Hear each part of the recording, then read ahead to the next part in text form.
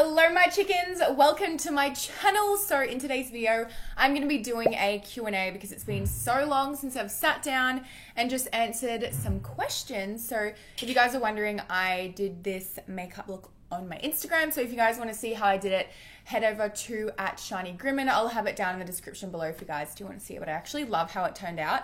And I showed how I did this hairstyle as well. So let's go ahead and jump right into the video because I know a lot of you guys have a lot of juicy questions and I'm a bit nervous to look through them. Let me just say that. I think there's always going to be the constant same questions until I answer them. Isn't that right? Okay, so the first question is actually a really good one. It's something that I've been kind of dealing with lately ever since I moved to Melbourne. So I thought we should start with this question, and it's about social anxiety. And someone asked on Twitter, how do you overcome social anxiety? Now, I personally feel like I'm always just going to be a shy person. That's just like embedded in my soul. I don't know if that'll ever change for me, but I do know the more times you put yourself in situations that you don't really like to do, like meeting new people and just putting yourself out there outside of your comfort zone, I feel like that's when it just starts to get easier and easier day by day. So definitely take it day at a time. I guess the most important thing to know in your mind is when you're in a social setting and you feel anxious, you just need to remember that no one is actually thinking about every little thing that you're saying. Everyone's just thinking about themselves. They're not sitting here judging you on what you're about to say or if you thought something you said was stupid.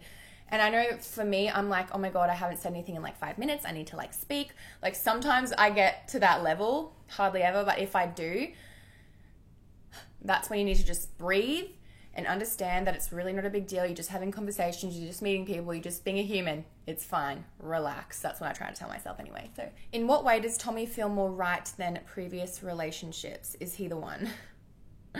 Oh my God, it's like the first time someone's asked me a question like that. That's very full on. So I need to stop saying I literally say it all the time. It's so annoying when I'm editing my videos. I'm like, Tommy and I have only been dating for 6 months. So I definitely wouldn't want to sit here on my channel and be like, we're going to get married. But we've definitely spoken about like the future and like having kids and stuff. There's no point getting into a relationship, at least for me, to not see anything long term. So there you go. How is living in Melbourne so far? I do get this question a lot because I think people pick up on the fact that I'm very like on and off about Melbourne. So I moved here about 3 months ago now. I'd wake up in the morning and I'm like, wow, I literally feel so out of place. I feel like I'm in a different country. Like it was honestly such a weird feeling being here. I can honestly say that it has taken 3 months of being in this house to feel at least comfortable living in Melbourne. I don't know, it just took a while to get that like homely feeling and to just feel like I was at home, even just like when I'm out and stuff. I think the thing that really made me feel welcome here was Tommy's family and obviously Tommy being there for me a lot and having a million FaceTime calls with Michael, crying my eyes out, being like, this is literally so hard, like not having you here. And I don't know, there was so many little things. I just remember thinking I wanted like Rani here, but she's in Perth. I wanted Michael here, but he's in Brisbane. I wanted Kelly. I wanted Mum. I wanted my family. I missed everyone so much. And I never really thought like, Shani, it's literally a plane ride away. Like,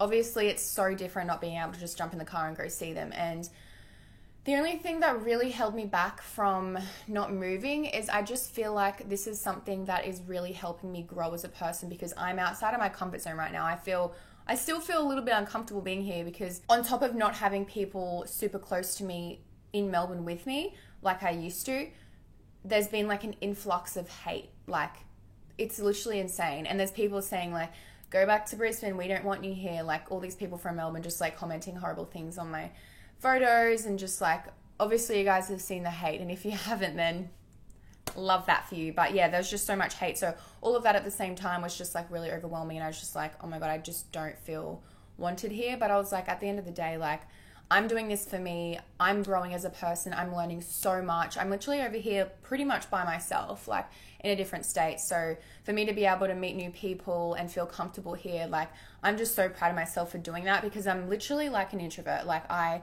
find it so hard to open up to people, and I've met so many amazing people. I never thought that I would, to be honest, because I'm a very closed off person. I find it so hard to trust people because I've been through literally the shitter. I've been through so much shit, especially since I moved to Melbourne. Like approximate annual income. I don't want people to think that I'm bragging about making money. Because obviously this job is incredible. I absolutely love making videos for you guys. I love doing makeup for you guys and just sharing my life with you. And obviously to have that as a job is the most incredible thing in the world. And I'm so grateful. But I don't think it would be a good idea to sit here and be like, I've made this much money this year. To be honest, it fluctuates so much. Like social media could literally drop off tomorrow. Could you imagine if I sat here and got my bank and I was like, this is how much I've made this year? Have you had any pregnancy scares recently? Okay, I know why someone's asked me that. I was vlogging, I think like 2 weeks ago or something, and there was pregnancy tests in the back of my vlog, and someone caught it out, and I was like, you're kidding. I literally have nothing to say to that. There was a time, but yeah, there was a time a few months ago where I think I missed a few pills and didn't really know when I was due for my period, and it was late, and I was really concerned, and I'm like, oh my God, if I actually have to take a pregnancy test, I'm going to freak the fuck out. But I was already freaking out, so I went and got a pregnancy test, and it was all good. You guys would probably know about it by now if I was pregnant. So, but yeah, I've definitely had a few scares in my life, and it is not a fun time. Use protection. There's so many questions about old friends, people that I was close with in the past, and like honestly, I would happily talk about my relationship. Sorry, Tommy.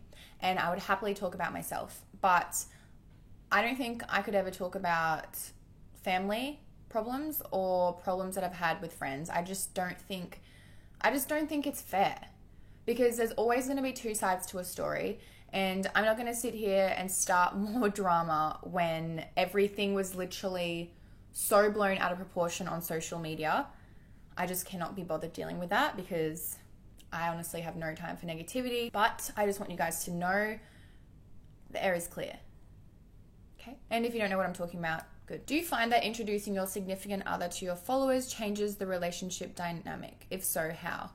That's actually a really good question. I feel like a lot of these questions are about my relationship. So if you don't like that, I'm sorry. But I do like talking about it because it's something that I've kept really private for a really long time, like 6 or 7 months now. And you guys know that I'm always open with a lot of things, especially relationships. Especially relationships, if you've been here since I was in high school. But in all seriousness, I don't think it changes the dynamic at all. And if it did, I'd be really worried. If social media changed anything to do with my relationship, I honestly don't think, like in a negative way or in any strange way, I don't think I can do it. Like, I despise when people treat me differently because of social media. Like, social media doesn't put you on any different level to anyone else. I like to look at myself as a normal person because I am. And I do normal things that other people do because I'm a normal person. And it's just like, if someone is going to treat me differently because of followers or whatever it is, I literally, is my pet hate. I really just want to be treated how you're treated, with respect and like a normal person. Thanks. I think the only different thing in our relationship, like say to someone that doesn't do social media, is the amount of photos that he has to take of me. Like, obviously everyone takes photos for Instagram. Well, nearly everyone. I mean, I follow all my friends that don't have social media and they upload a bit. Obviously not as much because, you know, if you're an influencer, you want to keep people interested, so you try and upload as much as possible. So in order to do that, you need to get people around you to take the photos. At the start, I was like super weird about asking him to do it because I didn't want to like annoy him and obviously taking photos. But you can be really picky. So now it's at the point where I'm like, can you take my photo? Thank you. Thank you. More. Thank you. Like, so annoying. But yeah, at the end of the day, I want to share my life with you guys, and he's completely supportive of it, which is incredible. So, okay, so the next question is, what do you think your future looks like in terms of your career? So if you guys don't know, I have my own swimwear line called Silk Swim. It is my little baby, and yeah, that's pretty much what I want to fall back onto in the future. I want that brand to be massive and successful, and I believe it will be. There's just been a lot of hiccups along the way. I've only had one drop, so I'm not, you know, being too hard on myself. The first drop was super successful. I've just had a few hiccups with getting like more stock and like bringing that out really quickly, and new styles and all of that. But there will be new styles out really soon.